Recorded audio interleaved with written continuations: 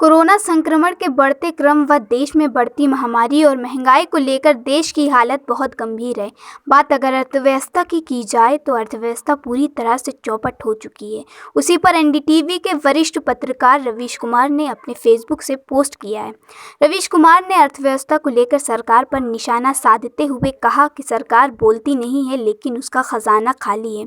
अब आप कह सकते हैं कि अर्थव्यवस्था चौपट हो चुकी है। जो बिजनेस में है उन्हें सच्चाई मालूम है। इसी का नतीजा है कि 4 मई से लेकर अब तक 11वीं बार पेट्रोल डीजल के दाम बढ़ गए हैं। देश पूरी तरह से कोरोना संक्रमण की चपेट में है। लाखों लोगों की जान जा चुकी है। रोजाना बड़ी संख्या में लोग इस जानलेवा वायरस की चपेट में आकर अस्पतालों में भर्ती हो रहे हैं। महंगाई भी काफ़ी बढ़ गई है।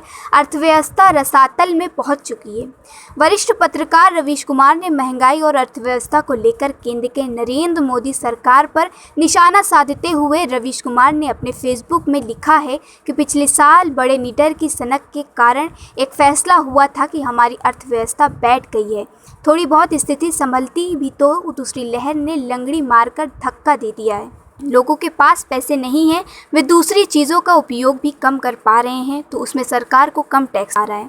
नौकरी फिर जाने लगी है तो उसमें भी टैक्स नहीं आ पा रहा होगा। थाली बजाकर और अस्पताल के बाहर सेना के बैंड से बैंड बजवाकर लोकप्रियता तो हासिल कर ली गई।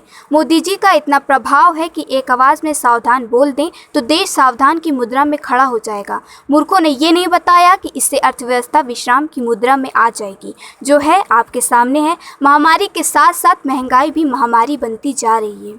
रवीश कुमार के इस पोस्ट पर कई तरह के कमेंट भी आ रहे हैं। चंदन तिवारी नाम के एक यूज़र ने लिखा, आप ही कुछ उपाय बताइए। इस महामारी को रोकने का पहले भी और आज भी क्या उपाय था? तालाबंदी एक जिद्दी फैसला नहीं था, वह सही समय पर लिया गया सही फैसला था। अगर उस समय भी सही से तालाबंदी नहीं किया गया तो आप ही आते फेसबुक पर ज्ञान देते कि सरकार क्या कर रही थी, समय पर कठोर फैसला क्यों नहीं लिया गया।